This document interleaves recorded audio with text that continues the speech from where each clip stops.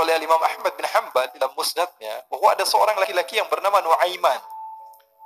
Ini Nuaiman di kehidupan Rasul sallallahu alaihi wasallam ada orang yang seperti itu gitu. Orang yang sering minum minuman keras. Rasulullah SAW marah, murka. Rasulullah kalau yang berhubungan dengan Rasulullah tidak marah. Tapi kalau sudah berhubungan dengan agama, Rasulullah SAW adalah orang yang paling marah, orang yang paling istiqomah dalam kebenaran. Maka Rasulullah panggil Nuaiman, apa yang kau lakukan? Dia katakan, aku minum minuman keras ya Rasulullah. Rasulullah cambuk dia. Kemudian dia bertobat kepada Allah. Kemudian ketahuan lagi minum. Kemudian dicambuk lagi oleh Rasulullah SAW. Sehingga sebagian sahabat memukul dia dengan pukulan yang banyak. Sehingga apa yang berlaku? Sebagian sahabat mengatakan, la'natullahi ala Nuaiman. Semoga Allah melaknat Nuaiman. Dia mempermainkan Rasulullah. Dia bilang sudah mau taubat tapi minum lagi. Dia bilang sudah mau taubat tapi minum lagi. Maka Rasulullah SAW mengatakan, la tal'anuh fa innahu yuhibbullah wa rasulah. Kata Rasulullah, jangan kamu laknat Nuaiman. Karena dia itu cinta sama Allah, cinta sama Rasulnya. Dalam riwayat dia dicintai Allah dan dicintai oleh Rasulnya Muhammad sallallahu alaihi wasallam. Ibn Majah menceritakan bahwa Nuaiman ini pernah suatu waktu diajak oleh Sayyidina Abu Bakar pergi ke negeri Syam. Negeri Syam itu di mana? Seperti yang diceritakan tadi, antara daerah Suriah, Lebanon, Yordania, kemudian Palestina. Daerah seperti itu. Umumnya orang Quraisy pada masa itu, mereka memiliki rihlah berdagang, membeli dagangan di Syam, kemudian dijual lagi di kota Makkah. Ketika itu Rasulullah SAW didatangi Abu Bakar. Sayyidina Abu Bakar mengatakan kepada Rasulullah, ya Rasulullah, saya mau izin ya Rasulullah. Mau apa? Saya mau ajak dua sahabat kamu ini ikut berdagang ya Rasulullah. Siapa kata Rasulullah? Nuaiman. Kata Rasulullah SAW, Nuaiman kamu mau ajak? Mau ngapain? Biar seru-seruan aja ya Rasulullah. Kata Rasulullah, ya sudah, saya izinkan kamu bawa Nuaiman. Ketika itu Sayyidina Abu Bakar membawa Nuaiman sama satu sahabat namanya Suwaibid ibn Harmalah. Siapa namanya? Suwaibid ibn Harmalah. Ini sahabat Rasulullah SAW yang memiliki sifat yang berbeda-beda. Kalau Nuaiman ini aneh. Pernah Rasulullah SAW dibawain makanan banyak. Dikasih Rasulullah, dikasih sahabat semua. Semuanya sudah makan, tiba-tiba si Nuaiman ini, sahabat Nabi Nuaiman mengatakan kepada Rasulullah, ya Rasulullah, ini yang penjualnya, tolong kau yang bayar ya Rasulullah. Makanan udah habis. Makanan udah habis. Rasulullah SAW bingung, saya yang bayar. Akhirnya Rasulullah katakan kepada sahabat, ayo keluarkan uang, kita patungan, kita bayar. Rasulullah aja dimainin, apalagi kita orang. Sallu ala Nabi Muhammad. Nuaiman diajak Sayyidina Abu Bakar. Kata Rasulullah SAW, benar kamu mau ajak Nuaiman? Iya ya Rasulullah. Diajaklah. Diceritakan dalam riwayat Ibn Majah. Diceritakan juga dalam Siyar A'lam Nubala. Diceritakan juga dalam musnadnya Imam Ahmad bin Hanbal. Dalam riwayat Imam Ahmad bin Hanbal. Maka diceritakan Nuaiman diajak oleh Sayyidina Abu Bakar sesampainya di negeri Syam. Semua dibagi tugas. Fulan bin Fulan kerjaannya ini, Fulan bin Fulan kerjaannya ini. Semua memiliki kerjaan. Nuaiman tanya, wahai Abu Bakar, kerjanya saya apa wahai Abu Bakar? Kata Sayyidina Abu Bakar, kamu mau ngapain teruslah kamu wahai Nuaiman. Yang penting kamu ikut saya kan. Kemudian satu di antara mereka namanya Suwaibid ibn Harmalah. Ditanya oleh Sayyidina Abu Bakar, wahai Suwaibid, kamu mau kerjaan apa? Kata Suwaibid, terserah kamu wahai Abu Bakar. Kata Sayyidina Abu Bakar, kamu menjaga makanan. Karena saya tahu kamu ini adalah orang yang senantiasa menjaga amanah. Suwaibid ini kalau disuruh maju, dia maju. Disuruh mundur, dia mundur. Disuruh ke kanan, dia ke kanan. Disuruh ke kiri, dia ke kiri. Orang yang ikut aja. Kalau Nuaiman beda. Disuruh maju, dia ke belakang. Kasih sen kanan, ke kiri, belok. Nuaiman itu orang yang berbeda. Maka Suwaibid mendapatkan tugas, semua mendapatkan tugas kecuali Nuaiman. Sehingga ikhwani, apa yang berlaku, apa yang terjadi? Sayyidina Abu Bakar pergi sibuk dengan kesibukannya, sehingga datanglah waktu siang. Nuaiman sudah lapar. Nuaiman cari makanan. Dia nggak punya uang, diajak Sayyidina Abu Bakar, tapi tidak diberikan uang. Sehingga dia cari-cari makanan, dia tahu Suwaibid yang jaga makanan, dikatakan, wahai Suwaibid, saya mau makan, berikan kepada saya satu roti saja. Yang terpenting apa? Saya makan sekarang, saya sudah lapar. Kata Suwaibid, ya Allah, Nuaiman, kita tunggu Abu Bakar saja sehingga dia datang, karena ini amanat. Amanat dari Abu Bakar, saya tidak boleh berikan pada siapapun kecuali atas izin Abu Bakar. Kata Nuaiman, kasih saya makanan, kalau tidak saya bikin masalah sama kamu. Merah wajahnya Suwaibid, karena dia tahu, jangankan saya Rasulullah, jadi mainin. Bingung. Apa yang harus saya lakukan? Akhirnya Nuaiman bilang, gampangannya aja, kata Nuaiman, kamu kasih saya makanan, atau kalau tidak, saya bikin masalah sama kamu. Bingung Suhaib pikir panjang, setelah itu dia katakan, ya sudah Nuaiman, saya tetap mau jaga amanah Abu Bakar, karena saya takut ini adalah perintahnya Allah, perintahnya Rasulullah Sallallahu Alaihi Wasallam, dan perintah daripada Abu Bakar, sahabatnya Nabi. Kata Nuaiman, kalau memang begitu kamu maunya, ya sudah, berarti kamu ngajakin berantem sama saya. Nuaiman pergi ke pasar. Dia cari-cari tempat penjualan hamba sahaya. Dia lihat-lihat beberapa hamba sahaya. Ini berapa harganya? Ini katanya 10 qalanis. Ini berapa? Ini harganya, hitungan orang zaman dahulu. Kita sih hitung seperti dirham, berapa ratus dirham gitu. 200 dirham. Yang ini berapa? 300 dirham. Yang ini berapa harga hamba saya? 300 dirham. Harganya antara 300, 200 sampai 100. Kemudian Nuaiman mengatakan kepada penjual hamba sahaya tersebut, saya punya juga hamba saya, tapi saya jual cuma 20 dirham saja, murah. Katanya, apa benar ada hamba saya harganya segitu? Iya, karena dia punya aib, ada kekurangan. Apa? Nanti kalau kalian tangkap, dia bakalan teriak, saya ini bukan hamba saya, tapi orang merdeka. Akhirnya, semua orang berkumpul mau beli. Ini Nuaiman sama Nuaiman diajak ke Suhaib bin Harmalah tadi. Kata Nuaiman, itu ada orang yang berdiri sedang menjaga makanan, itu hamba saya. Tangkap saja. Oh, baik. Diberikan uang 20 dirham, dimasukkan oleh Nuaiman ke kantongnya, kemudian Suhaib ditangkap. Ketika ditangkap, Suhaib teriak, saya bukan hamba saya orang merdeka. Maka orang-orang tersebut mengatakan, saya sudah tahu kekurangan kamu. Ini memang kekurangan kamu, tapi saya tidak perlu dengan budget kamu, yang penting kerjanya kamu. Ya kan hamba saya untuk apa? Untuk kerja, mau ngomong apa, mau ngomel, terserah, yang penting dia mau kerja. Akhirnya ditangkaplah Suhaib dan dijual di pasar. Nuaiman punya uang banyak ini.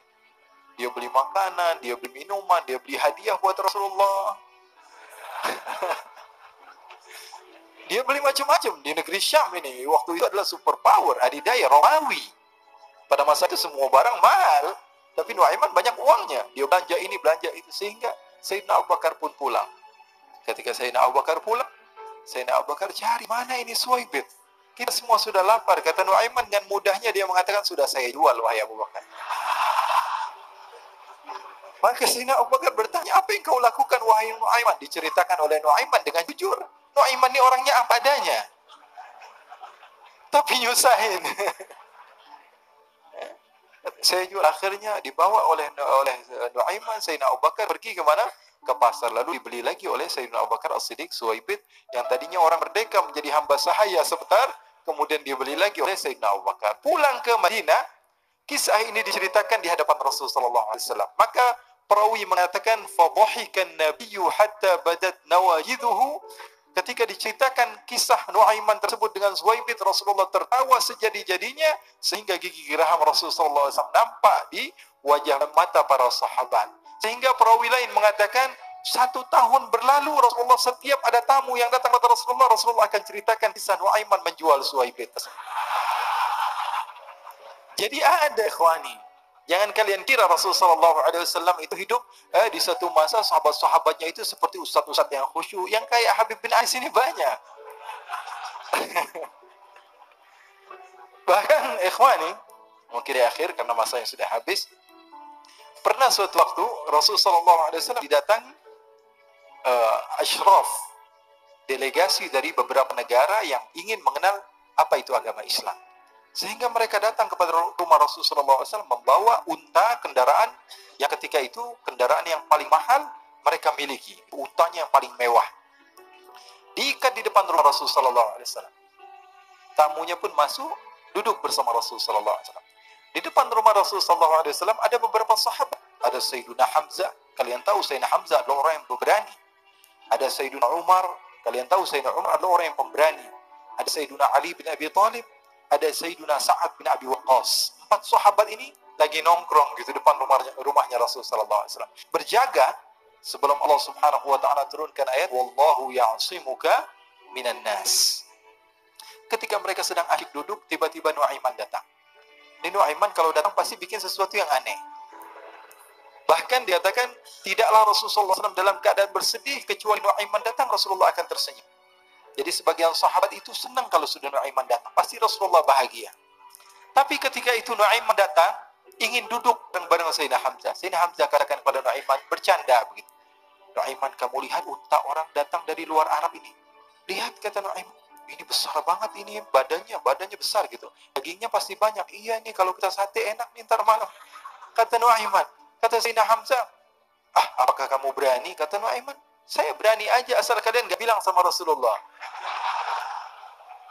Kata Sayyidina Hamzah, benar wahai Nuaiman, benar. Akhirnya Sayyidina Hamzah lupa masalah itu, cuma bercanda-bercanda saja.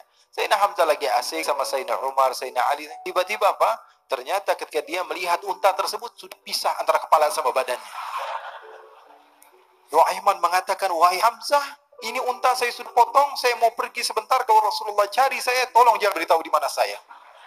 Nanti kalau keadaan sudah aman, mari kita nyate bareng-bareng. Ini ada yang seperti itu di zaman Rasulullah SAW. Maka dia pun berlari dan berlari mencari satu tempat supaya Rasulullah SAW dia selamat daripada Rasulullah SAW. Sehingga Sayyidina Hamzah bingung, ini kalau Rasulullah keluar gimana? Ada Hamzah Asadullah, ada Ali bin Abi Thalib, ada Umar, tak bisa jaga kendaraan tamunya Rasulullah Sallallahu Alaihi Wasallam. Akhirnya benar apa yang terjadi, ikhwani. Rasulullah Sallallahu Alaihi Wasallam tamunya mau pulang. Ketika dia buka pintu tamu melihat apa? Untanya sudah begitu, maka teriak, wa naqatah, unta kami wahai Muhammad.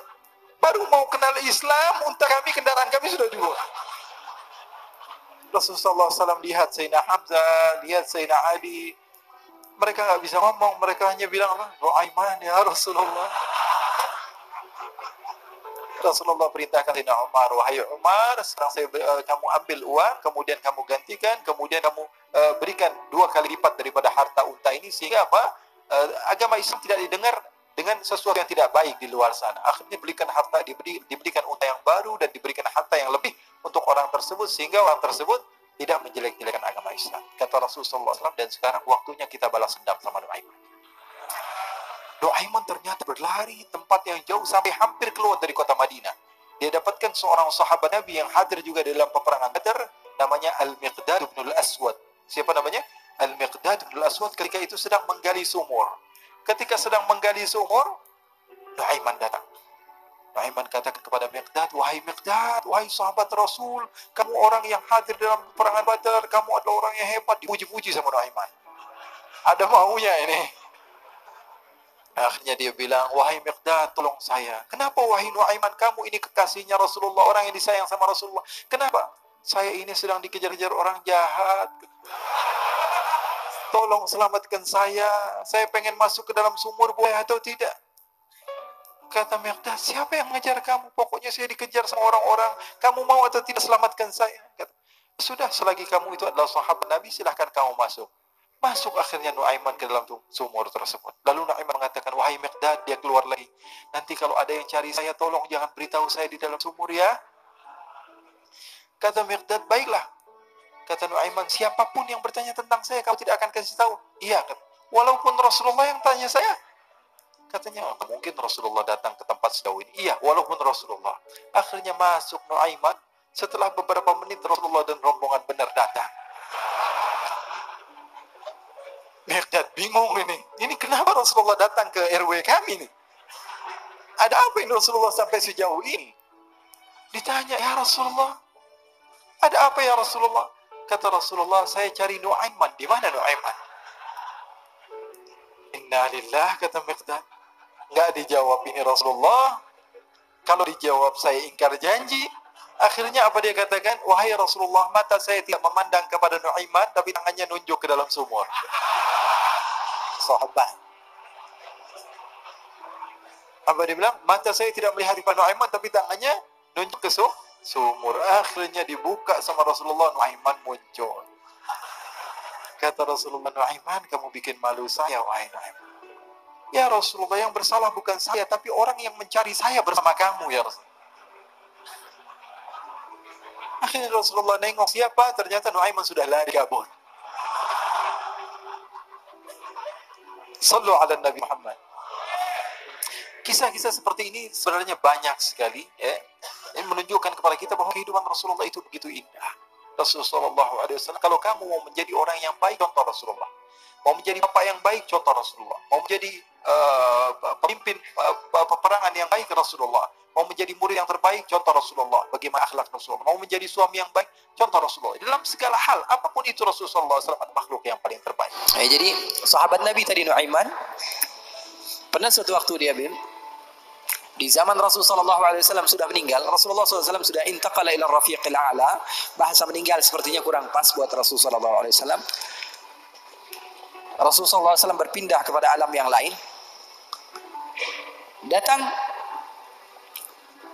Rasulullah SAW di zaman Sayyidina Uthman bin Affan. Nuaiman duduk di depan masjid Rasulullah SAW. Rasulullah sudah nggak ada. Nuaiman sumpah. Biasanya Rasulullah SAW dimainin sama dia. Ini duduk di masjidnya Rasulullah SAW.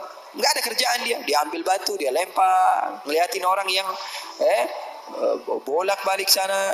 Kalau kata orang Malaysia, pusing sana, pusing sini, balik sana, balik sini. Nuaiman melihat ada orang yang buta, orang yang nggak bisa melihat, pegang tongkat. Jalan, dia pusing sana, pusing sini, balik sana, balik sini. Nuaiman, saya lagi sumpah, ini orang bikin tambah sumpah. Dipanggil sama Nuaiman, buta, kemari kamu. Ini Nuaiman gak bisa ngelihat orang kecuali dikerjain. Itu Nuaiman, gak bisa ngelihat orang kecuali kerjain. Tapi dia dicintai oleh Allah. Susah kan, kalau Allah udah cinta. Makanya cari cinta Allah, bukan cari surganya Allah. Cari ridha Allah, jangan cari surganya Allah. Surga itu makhluk, tapi ridhanya Allah, cintanya Allah itu yang paling mahal. Nuaiman akhirnya dipanggil buta, buta kamu kemari. Kenapa, kata si buta? Saya ini pusing, saya lagi sumpah, melihat kamu tambah sumpah, kata Nuaiman. Saya ini bukan mau bikin sumpah orang, kata si buta. Lalu apa yang kamu ingin lakukan? Saya ini dari tadi cari toilet, saya kebelet, kata si buta.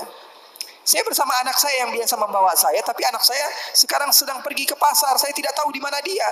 Saya sudah nggak kuat, kata Nuaiman. Oh, kamu cari toilet, bilang dari tadi, nanti saya bantu, kata Nuaiman. Dipegang tangannya sama Nuaiman. Ini mau balas dendam ini Nuaiman. Ini dipegang tangannya, dibawa kemana? Ke masjidnya Rasulullah Sallallahu Alaihi Wasallam. Dulu masjid nggak ada toiletnya, beda sama sekarang. Sekarang orang ke rest area, lihat ada masjidnya nggak? Ada. Mau ngapain? Mau sholat duha? Bukan, cari toiletnya.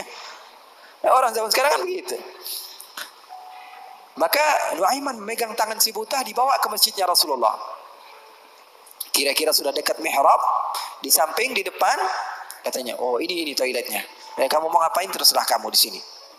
Apakah sudah tidak ada orang di belakang saya? Tidak ada, sudah aman tempatnya. Nuaiman kabur udah nggak ngurusin lagi udah.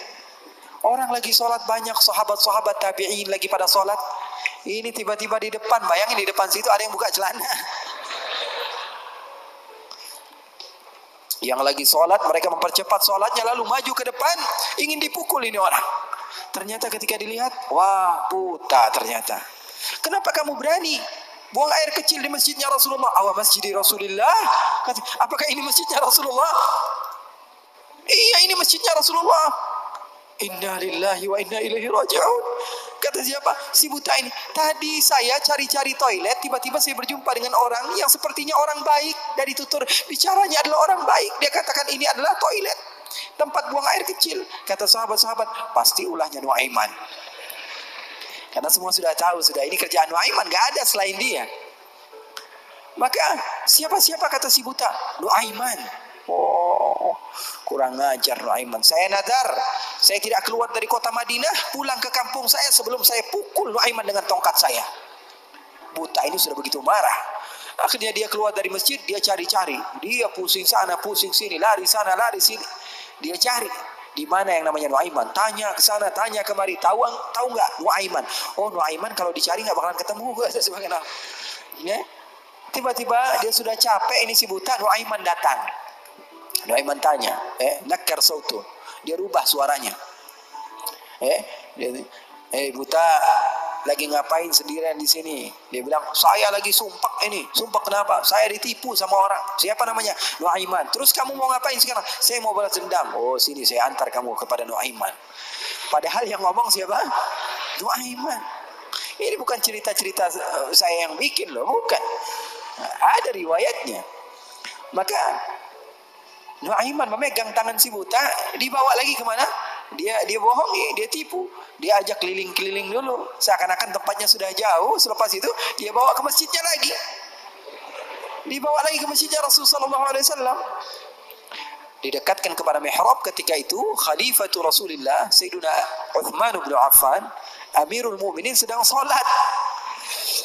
Sayyidina Uthman, jangan kalian tanya khusyuknya di dalam salat. Bahkan beliau terbunuh ketika sedang membaca Al-Quran, zikir kepada Allah Subhanahu wa taala. Dibawa oleh Nuaiman si buta dengan tongkatnya, disuruh pegang-pegang. Di mihrab ada orang enggak? Ada. Itu tuh Nuaiman itu, dia pura-pura soleh, itu dia habis nipu kamu, dia pura-pura salat katanya. Oh, ini Nuaiman. Iya. Akhirnya Nuaiman pergi. Nuaimannya pergi. Buta ambil apa? Tongkatnya, dia pukul Sayyidina Uthman bin Affan. Sekencang-kencangnya dari belakang orang-orang, para sahabat, para tabi'in, mereka teriak, "Qutila Amirul Mukminin."